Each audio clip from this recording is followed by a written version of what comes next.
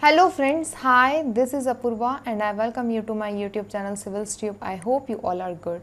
अब जो हमारा आज का लेक्चर है इसमें हमारी जो एंशिएंट इंडियन हिस्ट्री की सीरीज़ चल रही है उसी को आगे हम कंटिन्यू करेंगे। लास्ट लेक्चर तक हमने जो वैदिक पीरियड था उसके बारे में डिस्कस कर लिया था, मतलब जो 1500 से लेकर 1000 BC तक का जो टाइम पीरियड था उसके बारे में डिस्कस करा था, वैदिक लिटरेचर्स के बारे में डिस्कस करा था। और ये जो टाइम पीरियड था उसका डिस्कस करते समय हमने उस समय का जो पॉलिटिकल स्ट्रक्चर था, जो सोशल स्ट्रक्चर था, जो रिलीजियस प्रैक्टिसेस थी, ये सारी चीज़ों को डिटेल में डिस्कस किया था। अब जो हमारा आज का लेक्चर होगा इसमें हम डिस्कस करेंगे लेटर वैदिक पीरियड के बारे में। हम डिस्कस करेंगे कि लेटर वैदिक पीरियड के समय पे किस तरीके का रिलीजियस प्रैक्टिसेस थी, क्या पॉलिटिकल स्ट्रक्चर था, किस तरीके की इकोनॉमिक एक्टिविटीज़ परफॉर्म होती थी और सबसे इम्पॉर्टेंट चीज़ उस समय का सोशल सेटअप कैसा था। तो चलिए स्टार्ट करते हैं हमारा आज का लेक्चर। सबसे पहले हम देखेंगे कि जो लेटर वैदिक पीरियड है उसका एग्जैक्टली टाइम पीरियड क्या है। तो लेटर वैदिक पीरियड का जो बेसिकली टाइम पीरियड माना जाता है वो माना जाता है 1000 BC से लेकर 600 BC तक का। ओके, ये बहुत इम्पॉर्टेंट है कि इसका टाइम पीरियड क्या माना जाता है। इसे हम पेंटेड ग्रे वेयर फेस भी बोलते हैं। अब हम इसे पेंटेड ग्रे वेयर फेस क्यों बोलते हैं? देखिए, जब आयरन की डिस्कवरी हुई थी उस समय से जो पॉटरीज होती थी, जो यूटेंसिल्स होते थे, वो जो भी यूज़ होते थे वो बेसिकली ग्रे कलर से पेंटेड होते थे। इसलिए हम इस पर्टिकुलर टाइम पीरियड को, जब आयरन की डिस्कवरी हुई थी और ये जो पेंटेड ग्रे वेयर्स हैं इनका यूज़ होना स्टार्ट हो गया था, इस टाइम पीरियड को हम बोलते हैं painted grey ware face. Okay, ये बहुत इंपॉर्टेंट फैक्ट है, एग्जाम में डायरेक्ट क्वेश्चन बन सकता है कि वैदिक पीरियड का जो टाइम पीरियड है उसे और कौन से फेस के नाम से जाना जाता है, या पेंटेड ग्रे वेयर फेस कौन से फेस को कहा जाता है। ओके, तो आप याद रखिएगा कि जो लेटर वैदिक पीरियड है उसे हम पेंटेड ग्रे वेयर फेस भी बोलते हैं। ठीक है, अब इस टाइम पीरियड में बेसिकली क्या हुआ था, यदि आपको याद हो तो जब हम ऋग्वेदिक पीरियड पढ़ रहे थे तो उसमें हमने डिस्कस करा था कि तब आर्यंस इंडिया में आए, यहाँ हिंदकुश माउंटेन है वहाँ से ये लोग इंडिया में एंटर हुए और इस रीजन में आके ये लोग सेटल हो गए। ठीक है, इंडस रिवर, उसकी ट्रिब्यूटरीज, इसके अलावा ये जो सरस्वती रिवर है उसका जो बीच का एरिया था वहाँ पे ये लोग सेटल हो गया। बट अब धीरे धीरे क्या हुआ, इन लोगों ने आगे बढ़ना स्टार्ट करा। ठीक है, आगे बढ़ना स्टार्ट करा और ये वाला जो एरिया था उस समय जब हम 1500 से लेकर 1000 BC का टाइम पीरियड देखते हैं तो उस समय इस एरिया में काफ़ी ज़्यादा डेंस फॉरेस्ट हुआ करता था। ये कुरु पंचाल कौशल वाला जो रीजन है वहाँ पे। ठीक है, जब 1100 BC के आसपास का टाइम पीरियड माना जाता है जब बेसिकली आयरन की डिस्कवरी हुई। जब आयरन की डिस्कवरी हुई तो आयरन के टूल्स बनना स्टार्ट हो गए।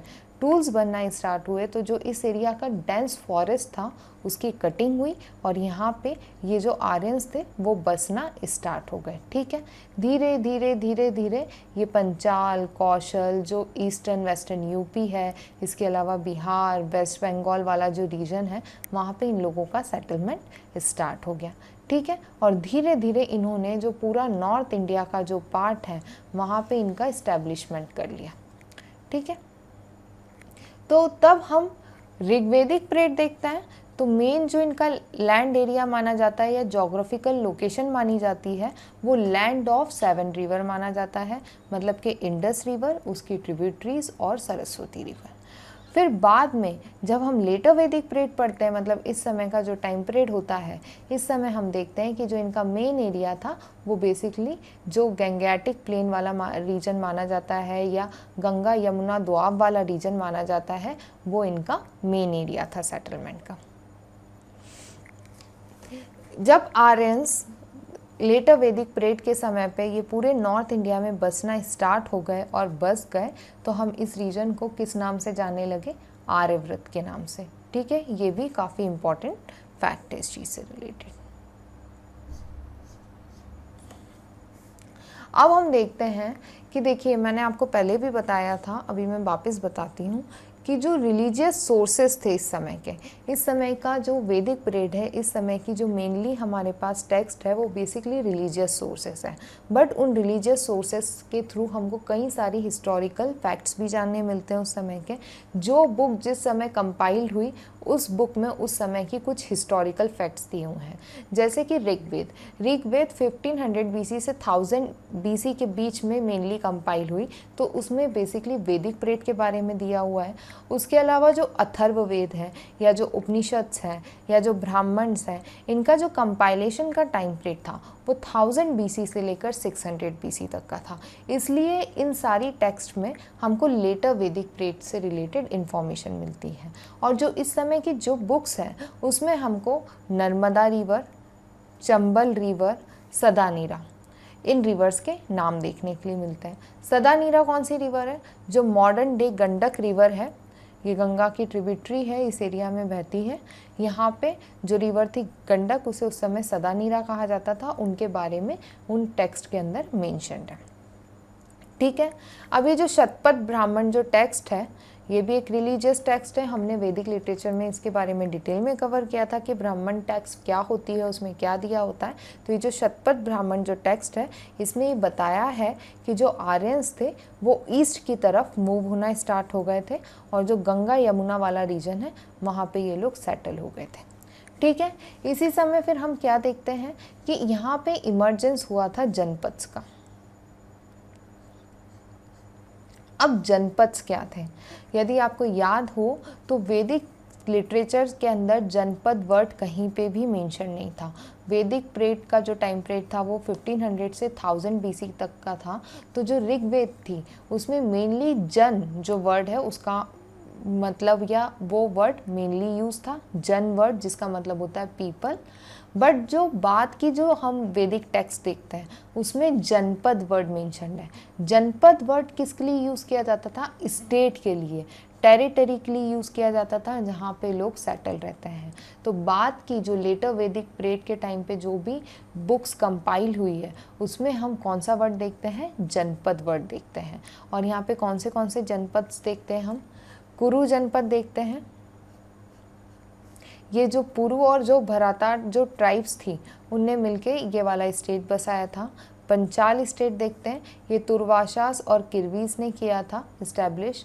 काशी जनपद के बारे में देखते हैं और ये सारे जो जनपद्स थे ये कौन से रीजन में पाए जाते हैं? तो ये जो द्वाब वाला रीजन है वहाँ पे हमको ये सारे जो जनपद्स हैं वो देखने मिलते हैं, कुरु, पंचाल, काशी। देखें, अब जो हमारी जो वैदिक टेक्स्ट है उसमें हमको देखने मिलता है कि जो विंध्यन माउंटेन्स थे वो सदर्न माउंटेन रेंज थी। ये विंध्यन माउंटेन्स को इनने सदर्न माउंटेन रेंज कहा है। अब इससे आपको क्या पता चलता है कि जो इनका जो एक्सटेंट था ये लोग विंध्यन माउंटेन्स तक आए थे। ठीक है, जो आर्यंस थे वो कहाँ तक बसे थे? विंध्यन माउंटेन्स तक बसे थे। इसके अलावा हमको ये देखने मिलता है कि आयरन एज की स्टार्टिंग हो चुकी थी। इसे हम आयरन एज भी बोलते हैं क्योंकि आयरन की डिस्कवरी हो गई थी और आयरन के बने हुए टूल्स का यूज़ होना स्टार्ट हो गया था। ठीक है, इसके अलावा ये पेंटेड ग्रेवेयर फेस भी कहलाता है क्योंकि इस समय के जो बाउल्स होते थे, जो डिशेस होते थे, जो पॉट्स होते थे वो बेसिकली काय के बने होते थे? पेंटेड ग्रे होते थे वो। ठीक है, ये देखिए इस डायग्राम में आप देख रहे हैं इसका ग्रे सा कलर है, इसलिए हम इसे क्या बोलते थे? Painted grey ware. अब हम देखते हैं पॉलिटिकल स्ट्रक्चर के बारे में। यदि हम पॉलिटिकल स्ट्रक्चर की बात करें तो हम देखते हैं कि जो लेटर वैदिक पीरियड था उस समय पे जो लैंड होती थी, जो टेरिटरी होती थी, उसकी इम्पोर्टेंस बढ़ना स्टार्ट हो गई। हमने वैदिक पीरियड तक ये देखा कि इम्पोर्टेंस लोगों की होती थी, कैटल्स की होती थी, ये कहीं पे भी जाकर बस जाते थे। बट स्टेट, टेरिटरी, किंग के लिए टेरिटरी का कोई ऐसा इम्पोर्टेंस नहीं होता था। बट हम लेटर वैदिक पीरियड आते आते ये देखते हैं कि जो लैंड होती थी उसकी इम्पोर्टेंस काफ़ी ज़्यादा बढ़ गई। मेनली वही इम्पोर्टेंट प्रॉपर्टी मानी जाती थी और किंग का मेन काम होता था उसको प्रोटेक्ट करना। ठीक है, लोगों के अलावा हम देखते हैं कि काफ़ी सारे छोटे छोटे जो जनपद्स होते थे उनके थ्रू महाजनपद्स का इमर्जेंस हुआ, जैसे कि मगध, पंचाल, कुरु, विदेहा, इस तरीके से अलग अलग जो महाजनपद थे उनका जो इमर्जेंस था वो बेसिकली लेटर वैदिक पीरियड के समय ही स्टार्ट हुआ। हम देखते हैं कि इस समय में जो किंग्स थे वो काफ़ी ज़्यादा पावरफुल हो गए, उनके पावर्स काफ़ी बढ़ गए, उनके ऊपर कमिटीज़ का जो चेक हुआ करता था, सभा, समिति, विधेया, जो कमिटीज़ होती थी उनका जो चेक हुआ करता था वो काफ़ी ज़्यादा कम हो गया, और जो असेंबलीज़ ये थी इनका जो रोल था वो भी काफ़ी ज़्यादा कम हो गया। इसके अलावा हम तैत्तिरीय जो ब्राह्मण जो टेक्स्ट है इसमें हम देखते हैं theory of the divine origin of kingship, मतलब कि जो किंग के पावर होते थे वो डिवाइन पावर के रूप में देखे जाते थे। इस बारे में हमको मेंशन मिलता है तैत्तिरीय ब्राह्मण में। ठीक है, तो हम यहाँ पे क्या देखते हैं कि जो किंग होते थे उनके पावर्स काफ़ी ज़्यादा बढ़ गए थे। उनका मेन ऑब्जेक्टिव होता था टेरिटरी को एक्सपैंड करना और टेरिटरी को प्रोटेक्ट करना एज़ कम्पेयर टू लोगों को प्रोटेक्ट करना और उनके कैटल्स को प्रोटेक्ट करना। ठीक है, तो काफ़ी ज़्यादा पॉलिटिकल स्ट्रक्चर में भी लेटर वैदिक पीरियड में चेंज आ चुका था। जो गवर्नमेंट मशीनरीज थी वो बहुत ज़्यादा एलॉबरेट हो चुकी थी as compare to earlier time period. जो वैदिक पीरियड था उस समय काफ़ी ज़्यादा सिंपल सिस्टम हुआ करता था, काफ़ी सारे मिनिस्टर्स वगैरह नहीं हुआ करते थे, मेनली प्रिस्ट होते थे, सेनानी होते थे और ग्रामीणी होते थे। बट लेटर वैदिक पीरियड में काफ़ी सारे मिनिस्टर्स, काफ़ी सारे ऑफिशियल्स इमर्ज होकर आ गए थे। जो गवर्नमेंट का जो सिस्टम था वो प्रॉपर ढंग से काम करने लगा था, पॉलिटिकल स्ट्रक्चर काफ़ी ज़्यादा वेल डिफाइंड हो गया था। ठीक है, जैसे हम भागदूत जो कि कलेक्टर ऑफ टैक्स को बोलते थे, इसके अलावा सारथी या सुता जो कि रॉयल हेराल्ड या चैरिएटर को बोलते थे, अक्षवपा जो कि कोरियर इधर से उधर लेकर जाते थे उनको बोलते थे, क्षत्रिय ये बेसिकली चैम्बरलेन जो इनका जो रॉयल कोर्ट होता था, ये जो नोबल फैमिली के जो हाउस होल्ड्स होते थे उनको मेंटेन करना चैम्बरलेन का काम होता था। सेनानी जो जनरल होते थे उनको कहा जाता था। ग्रामीणी जो कि हेड ऑफ द विलेज होते थे वो उनको कहा जाता था। और ये जो सेनानी और जो ग्रामीणी थे ये वैदिक पीरियड में भी थे और ये लेटर वैदिक पीरियड में भी थे। अधिकृता का भी रोल आ गया है यहाँ पे, ये विलेज ऑफिशियल्स हुआ करते थे। इससे हमको ये पता है कि ऑफिशियल्स का रोल काफ़ी ज़्यादा बढ़ गया था, जो पॉलिटिकल स्ट्रक्चर था वो काफ़ी अच्छे से डिफाइंड हो चुका था as compare to earlier period. ठीक है, इसके अलावा हम देखते हैं कि जो पावरफुल पॉपुलर असेंबलीज़ हुआ करती थी वैदिक पीरियड के समय की, उनकी इम्पोर्टेंस इस समय तक काफ़ी ज़्यादा कम हो गई थी। जैसे सभा और समिति जो बहुत इम्पॉर्टेंट असेंबली थी वैदिक पीरियड की, वो कंटिन्यू तो थी, इस समय पे भी थी, बट उनकी इम्पोर्टेंस बहुत कम हो चुकी थी। इसके अलावा जो विधेयता जो असेंबली थी वो तो कम्प्लीटली डिसअपेयर हो चुकी थी। ठीक है, इसके अलावा हम एक बहुत इम्पॉर्टेंट फैक्ट देखते हैं कि ऑल्दो जो किंग था उनके पावर्स बढ़ चुके थे, एक अच्छा खासा पॉलिटिकल स्ट्रक्चर आ चुका था, बट इस समय कोई भी स्टैंडिंग आर्मी नहीं होती थी। ये काफ़ी इम्पॉर्टेंट फैक्ट है कि इस समय पे कोई भी स्टैंडिंग आर्मी नहीं होती थी। इसके बाद में हम संघित्री बहुत इम्पॉर्टेंट ऑफिशियल होते हैं, इनका मेन काम होता है टैक्सेस का और ट्रिब्यूट का कलेक्शन करना।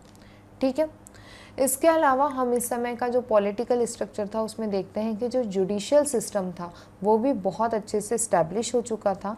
जुडिशियल लोग हुआ करते थे, मिनिस्टर्स को अपॉइंट किया जाता था जो लॉ एंड ऑर्डर पे ध्यान देते थे।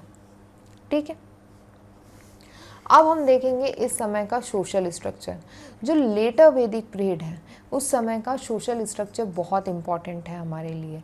इसलिए इम्पॉर्टेंट है क्योंकि इस समय का जो सोशल स्ट्रक्चर था वो ही मेन कारण था emergence of new religion, Buddhism, Jainism, ये जो रिलीजन्स थे इनका जो इमर्जेंस हुआ था वो मेनली इस समय की जो सोसाइटी थी, जो इस समय का जो कॉम्प्लेक्सिटीज़ डेवलप हो चुकी थी हिंदुइज़्म में, उसी के कारण हुआ था। तो इस समय का जो सोशल स्ट्रक्चर था उसको हम डिटेल में देखते हैं।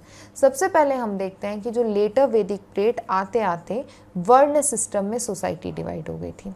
आपको याद हो तो हमने वैदिक लिटरेचर और लेटर वैदिक पीरियड पढ़ते समय देखा था, हमने वैदिक लिटरेचर और ऋग्वेदिक पीरियड पढ़ते समय देखा था कि जो ऋग्वेद है उसका 10th मंडल जो सबसे बाद में इसमें ऐड हुआ उसका जो पुरुष सूक्त करके चैप्टर है उसके अंदर मेंशन्ड है 4 वर्ण सिस्टम के बारे में।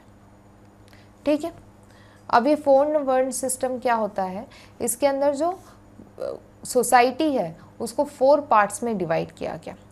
पहले होते हैं ब्राह्मण्स, जिनको कंपेयर किया गया हमारे माउथ से। ये बेसिकली प्रिस्ट और गुरु होते हैं जो रिलीजियस एक्टिविटीज़ परफॉर्म करते हैं या टीचिंग का काम करते हैं। उसके बाद में आते हैं क्षत्रिय। क्षत्रिय का मेन काम होता है वॉर करना, वॉरियर्स, किंग्स, अपनी टेरिटरी को प्रोटेक्ट करना, पीपल को प्रोटेक्ट करना। इनको हम कंपेयर करते हैं आर्म्स से। इसके बाद में आते हैं वैश्य। वैश्य बेसिकली बिजनेस कम्युनिटी होती है, मनी लेंडर्स होते हैं जिनका मेन ऑब्जेक्टिव होता है बिजनेस करना। इनको हम कंपेयर करते हैं थाइस से। ठीक है, इसके बाद में आते हैं शूद्र। शूद्र बेसिकली नॉन आर्यंस को कहा जाता है। इनको हम कंपेयर करते हैं फीट से। इस कैटेगरी में सर्वेंट्स को, सबॉर्डिनेट्स होते हैं जो वैश्य, ब्राह्मण और क्षत्रिय को, उनको रखा जाता था। तो जो सोसाइटी थी वो इस तरीके से 4 पार्ट्स में डिवाइड हो चुकी थी और ये बेसिकली कम लोगों के ऑक्यूपेशन पे बेस्ड होती थी और मोर हेरिडिटी पे बेस्ड होती थी। जैसे कि हम तब वैदिक पीरियड पढ़ते हैं तो हम देखते हैं कि ये ज़रूरी नहीं था कि यदि आपके पेरेंट्स जिस ऑक्यूपेशन में हो आप भी उसी ऑक्यूपेशन में जाएं। आप अलग अलग ऑक्यूपेशन अडॉप्ट कर सकते हैं अपने इंटरेस्ट के अकॉर्डिंग। बट लेटर वैदिक पीरियड आते आते चीज़ों में काफ़ी ज़्यादा चेंज हो गया। अब लोग अपने इच्छा से कोई भी ऑक्यूपेशन अडॉप्ट नहीं कर सकते थे। जो उनके पेरेंट्स का ऑक्यूपेशन था, यदि किसी के फादर फार्मर है तो उसको भी फार्मिंग करना पड़ेगी, किसी के फादर यदि गोल्ड स्मिथ है तो उसको भी उसी फील्ड में जाना पड़ेगा, यदि किसी के फादर स्लेव है तो उनका बच्चा भी स्लेव ही होगा। तो इस तरीके की जो सोसाइटी थी, हेरिडिटरी बेस्ड सोसाइटी, वो इमर्ज हो चुकी थी। ठीक है, और ये जो सोसाइटी का जो डिवीज़न था, वर्ण सिस्टम था, ये काफ़ी ज़्यादा रिजिड था। इसके अलावा हम देखते हैं कि इस समय सोसाइटी में जो सेक्रीफाइसेस की जो प्रैक्टिसेस थी, एनिमल सेक्रीफाइस, यज्ञ, ये सारी चीज़ें काफ़ी ज़्यादा बढ़ चुकी थी। इनमें काफ़ी ज़्यादा कॉम्प्लेक्सिटी हो चुकी थी और जो ब्राह्मण्स थे उनके जो पावर्स थे वो भी काफ़ी ज़्यादा इंक्रीज़ हो चुके थे। अब हम एक नया कंसेप्ट देखते हैं लेटर वैदिक पीरियड में, जिसे हम बोलते हैं द्विज। द्विज का मतलब होता है ट्वाइस बॉर्न। अभी बेसिकली होता क्या है, जब कोई पर्सन फिजिकली बॉर्न होता है तो उसका एक बार बर्थ माना जाता है, दूसरी बार उसका बर्थ होता है तब वो स्पिरिचुअली बॉर्न होता है। अब इसका मतलब ये होता है कि जैसे कोई भी ह्यूमन बीइंग, एक बार उसका बर्थ हुआ फिजिकली, उसके बाद में उसका एक संस्कार होता था जिसको कहा जाता था उपनयन संस्कार, जिसके बाद में उसकी गुरुकुल में स्टडीज़ स्टार्ट होती थी, उसको स्पिरिचुअल ज्ञान दिया जाता था, तो उसको हम बोलते थे द्विज, मतलब कि वो ट्वाइस बॉर्न है। ठीक है, और ये जो संस्कार था ये बेसिकली ब्राह्मण, क्षत्रिय और वैश्य में ही हो सकता था। शूद्र के पास इस तरीके के कोई भी राइट्स नहीं होते थे कि वो इस तरीके का कोई भी संस्कार कर सके और स्पिरिचुअल ज्ञान प्राप्त कर सके। ठीक है, तो यहाँ पे क्या देखते हैं हम कि सोसाइटी के अंदर डिस्क्रिमिनेशन होता है एक पर्टिकुलर कम्युनिटी के अगेंस्ट। ठीक है, यहाँ पे जो शूद्र थे उनको डिप्राइव किया जाता था, उनको वंचित रखा जाता था ये सेक्रेट थ्रेड सेरेमनी से। इसके अलावा वो जो गायत्री मंत्र होता है उसे भी नहीं पढ़ सकते थे। रिसिटेशन ऑफ गायत्री मंत्र का भी इनको कोई अधिकार नहीं था। ठीक है, इसके अलावा हम देखते हैं कि इसी समय पे जो गोत्र जो इंस्टीट्यूट है, जो आज भी काफ़ी ज़्यादा प्रेवलेंस में है, प्रोमिनेंस में है हिंदू सोसाइटी में, उसका इमरजेंस भी लेटर वैदिक पीरियड में हुआ। ठीक है, गोत्र बेसिकली क्लैन होता है। ठीक है, ये इम्पॉर्टेंट है कि जो गोत्र सिस्टम है या जो गोत्र जो क्लैन का जो सिस्टम है वो कब इमर्ज हुआ, तो वो कब इमर्ज हुआ, लेटर वैदिक पीरियड के समय पे। इसके पहले इस तरीके का कोई भी इंस्टीट्यूट नहीं था। अब हम देखते हैं कि जो वैदिक टेक्स्ट है उसमें 4 आश्रम्स के बारे में दिया है, 4 आश्रम्स के बारे में। अभी बेसिकली आश्रम्स क्या होते हैं, जब भी कोई ह्यूमन बीइंग का बर्थ होता है, उनकी बर्थ से डेथ तक जो लाइफ होती है उसको 4 पार्ट में, 4 आश्रम्स में डिवाइड कर दिया जाता है। ब्रह्मचार्य, गृहस्थ, वनप्रस्थ, संन्यास। ठीक है, बेसिकली ये जो कंसेप्ट ऑफ 4 आश्रम था ये वुमेन्स के लिए नहीं होता था और जो लोअर वर्ण मतलब के जो शूद्र कम्युनिटी के लोग थे उनके लिए भी नहीं होता था। अब इन वर्ण सिस्टम में क्या होता था, जो इसका पहला ये जो आश्रम्स होते थे इसमें क्या होता था, जो फर्स्ट जो स्टेप होता था उसमें आपको शिक्षा दी जाती थी। सेकंड आपका गृहस्थ आश्रम मतलब कि आपकी मैरिज लाइफ, इसके बाद में वनप्रस्थ, जब आपकी मैरिज लाइफ आपके बच्चों की शादी हो जाती है एक पर्टिकुलर एज के बाद में, इसमें ये कहा जाता है कि आप फॉरेस्ट में जा सकते हैं। और उसके बाद में जो आखिरी फेज़ होता है लाइफ का वो होता है संन्यास, मतलब कि आप सारी चीज़ों का त्याग करके तपस्या वगैरह करें। तो इस तरीके का जो आश्रम का जो कंसेप्ट था वो वुमेन्स और जो शूद्र कम्युनिटी थी इनके लिए नहीं था, ब्राह्मण, वैश्य और क्षत्रिय इन तीनों के लिए था। अब हम देखेंगे स्टेटस ऑफ वुमन के बारे में। यदि हम वुमन की कंडीशन देखें तो ये वैदिक पीरियड के कंपैरिजन में काफ़ी ज़्यादा खराब हो चुकी थी। ठीक है, अब ये जो ऐत्रेय ब्राह्मण जो टेक्स्ट है इम्पॉर्टेंट है, आपको टेक्स्ट के यदि नाम याद होते हैं तो आप एग्ज़ाम में इसलिए मेंशन कर सकते हैं कि इस टेक्स्ट में ऐसा लिखा गया है, इसलिए हम ये कंक्लूजन निकालते हैं कि वुमन की क्या कंडीशन होगी। तो ऐत्रेय ब्राह्मण में क्या दिया है, ऐत्रेय ब्राह्मण में ये कहा गया है कि जो डॉटर होती है वो सोर्स होती है ऑफ मिसरी, मतलब वो दुख का कारण होती है, और जो बेटा होता है वो प्रोटेक्टर होता है फैमिली का। तो इससे हमको पता चलता है कि जो वुमन की जो कंडीशन थी वो काफ़ी ख़राब हो चुकी थी। वुमन को डिग्निटी और रिस्पेक्ट के साथ नहीं ट्रीट किया जाता था। इसके बाद में जो मैत्रेयानी संहिता जो टेक्स्ट है उसमें वुमन को लीकर और डाइस से कंपेयर किया गया है। ये भी इम्पॉर्टेंट रोल प्ले करती है हमको उस समय की जो वुमन की सिचुएशन थी उसको बताने में।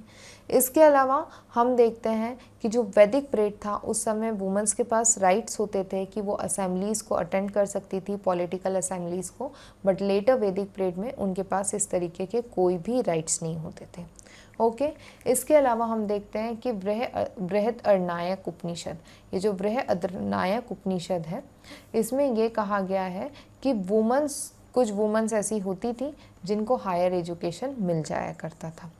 ठीक है, अब हम देखते हैं कि जो मोनोगैमी थी वो बेसिकली आइडियल मानी जाती थी, बट लेटर वैदिक पीरियड में जो पॉलीगैमी थी वो ज़्यादा फैशन में थी, ज़्यादा पॉलीगैमी हमको देखने के लिए मिलती थी एज़ कम्पेयर टू मोनोगैमी। ठीक है, इसके अलावा इस समय हमको चाइल्ड मैरिजेस के भी एविडेंसेस देखने मिलते हैं जो हमको वैदिक पीरियड के समय नहीं देखने मिलते थे। वैदिक पीरियड के समय हमको चाइल्ड मैरिजेस के कोई भी एविडेंसेस नहीं मिलते थे, बट लेटर वैदिक पीरियड के समय पे जो चाइल्ड मैरिज थी वो कॉमन हो चुकी थी और वुमेन्स के पास में ना एजुकेशनल राइट्स होते थे, ना ही उनके पास कोई भी पॉलिटिकल असेंबली अटेंड करने का राइट होता था। इसके अलावा एक बहुत इम्पॉर्टेंट फैक्ट है वो ये है कि ऑल्दो सिचुएशन बहुत ख़राब थी बट हमको कहीं पे भी सती सिस्टम या पर्दा सिस्टम के एविडेंसेस नहीं मिलते हैं। ठीक है, जो सती सिस्टम था इसका एविडेंस हमको मिलता है 510 AD में के आसपास। ये हमको मिलता है एरन इंस्क्रिप्शन से। ये गुप्ता पीरियड के टाइम का इंस्क्रिप्शन है, वो फर्स्ट ऐसा एविडेंस है जिससे हमको पता चलता है कि हाँ सती प्रथा स्टार्ट हो गई थी। इसके पहले के हमारे पास कोई भी ऐसा एविडेंस नहीं है जिससे हमको पता चले कि उस समय पे सती प्रथा होती थी।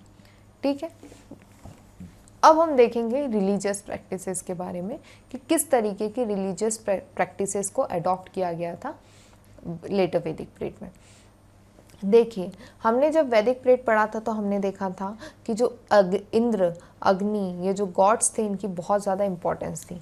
जैसे कि ऋग्वेद के अंदर 1028 हाइम्स थे जिसमें से 250 अराउंड हाइम्स डेडिकेटेड थे गॉड इंद्र को। इसके अलावा अराउंड 200 हाइम्स जो थे वो डेडिकेटेड थे लॉर्ड अग्नि को।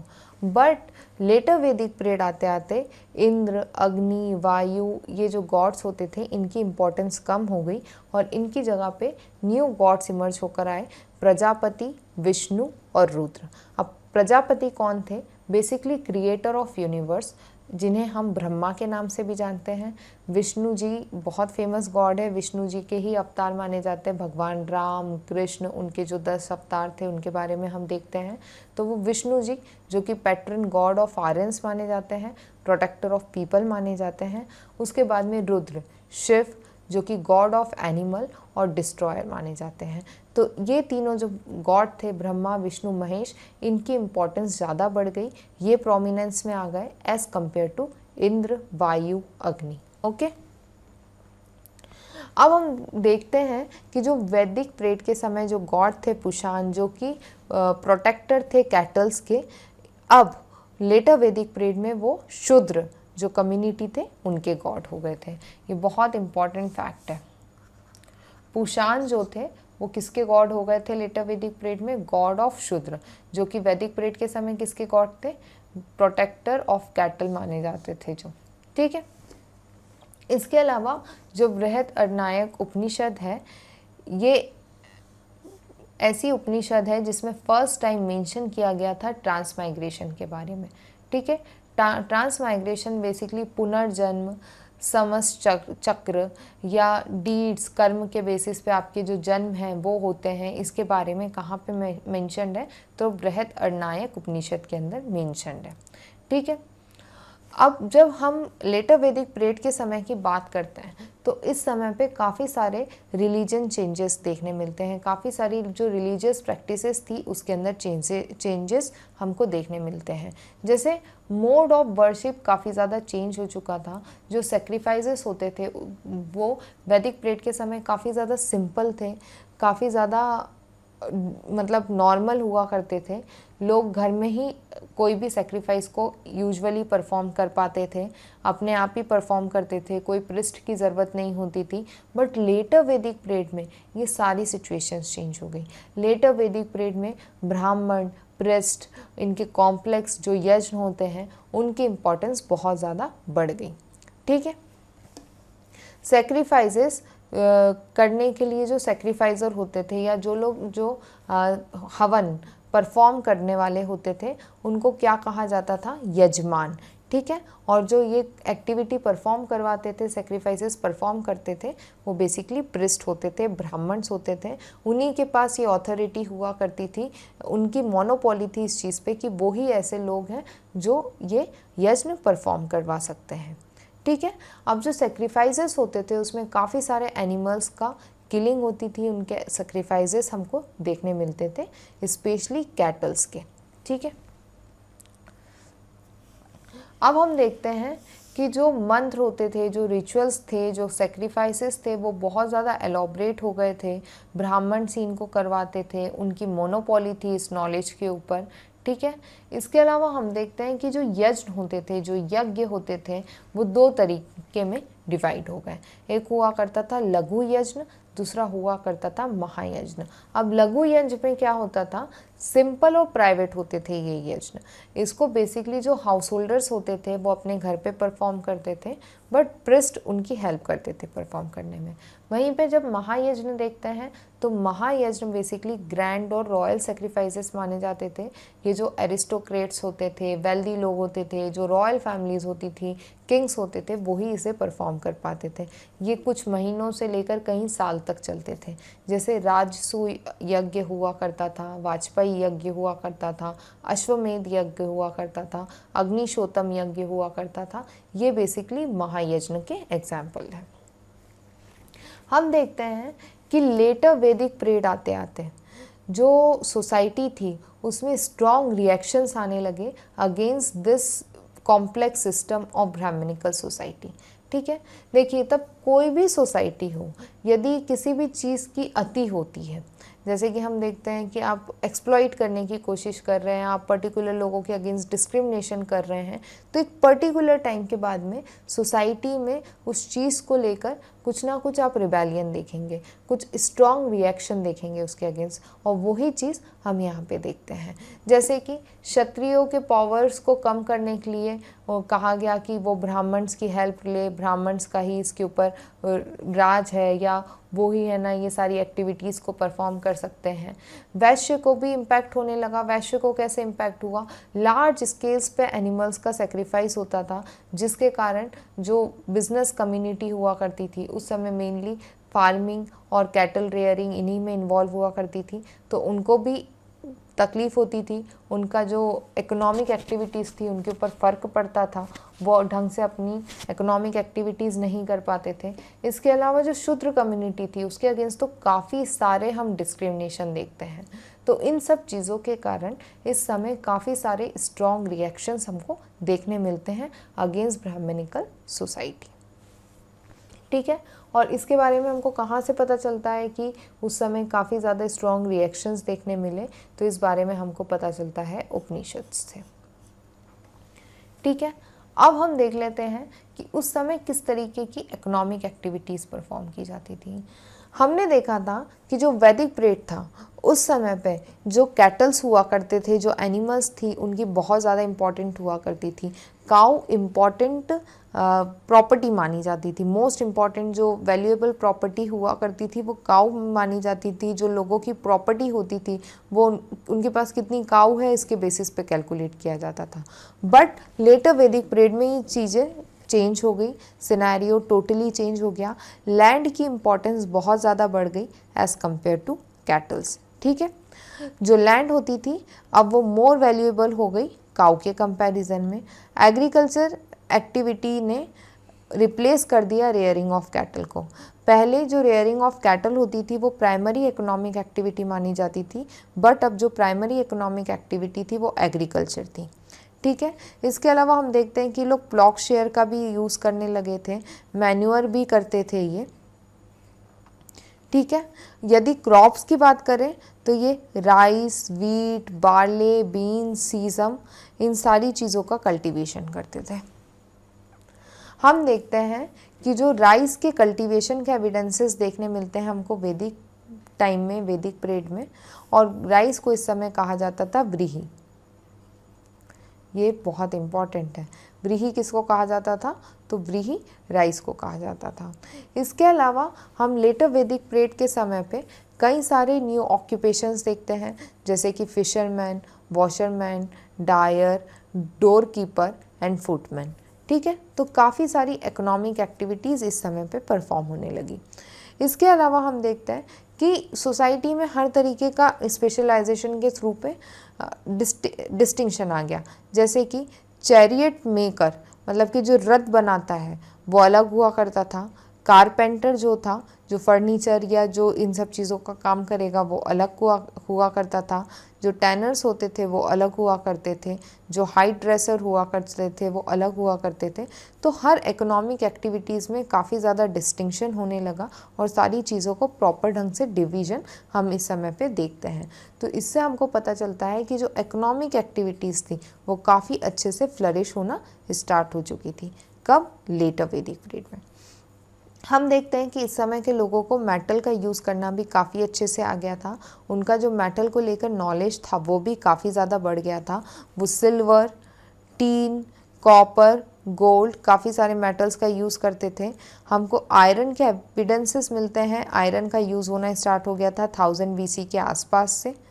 ठीक है, और आयरन को श्यामा या कृष्ण अय कहा जाता था। कृष्ण अयस या श्यामा कहने का रीज़न ये इसलिए था कि ये बेसिकली ब्लैक मेटल होता था। आयरन का जो कलर होता है वो ब्राउन ब्लैक सा होता है, इसलिए हम इसको श्यामा या कृष्ण अयस भी कहते थे। ठीक है, हम इस समय ये भी देखते हैं कि जो मर्चेंट्स होते थे वो प्रॉपर ढंग से ऑर्गेनाइज्ड हो गए, अलग अलग श्रेणी में डिवाइड हो गए कि इस श्रेणी का है, जैसे ये तेली श्रेणी का है, या ये सिल्क वीवर कम्युनिटी है, सिल्क वीविंग गिल्ड है। तो इस तरीके से सोसाइटी में हम डिवीज़न देखते हैं मर्चेंट्स का। ठीक है, और हम इसको पेंटेड ग्रे वेयर कल्चर के नाम से भी जानते हैं, और इसका जो टाइम पीरियड था पेंटेड ग्रे वेयर कल्चर का वो 1100 से लेकर हम 600 BC तक का मानते हैं। तो हमारा आज का लेक्चर यहीं पर फिनिश होता है। आज के लेक्चर में हमने लेटर वैदिक पीरियड कवर कर लिया है। अब जो हमारा नेक्स्ट लेक्चर होगा उसमें हम सबसे पहले डिस्कस करेंगे प्री हिस्टोरिक पीरियड के बारे में। जो हमारा टॉपिक छूट गया था, हमने उसे पहले कवर नहीं किया था, पहले हम उसे कवर करेंगे। उसके बाद में हम देखेंगे emergence of Mahajanapada. Thank you for watching this session. यदि आपको हमारे लेक्चर्स अच्छे लग रहे हैं तो प्लीज़ लाइक करें, सब्सक्राइब करें, ज़्यादा से ज़्यादा शेयर करें और कमेंट करके बताएं कि आपको मेरे लेक्चर्स कैसे लग रहे हैं। यदि किसी भी तरीके का डाउट हो तो आप कमेंट सेक्शन में पूछिए। Thank you.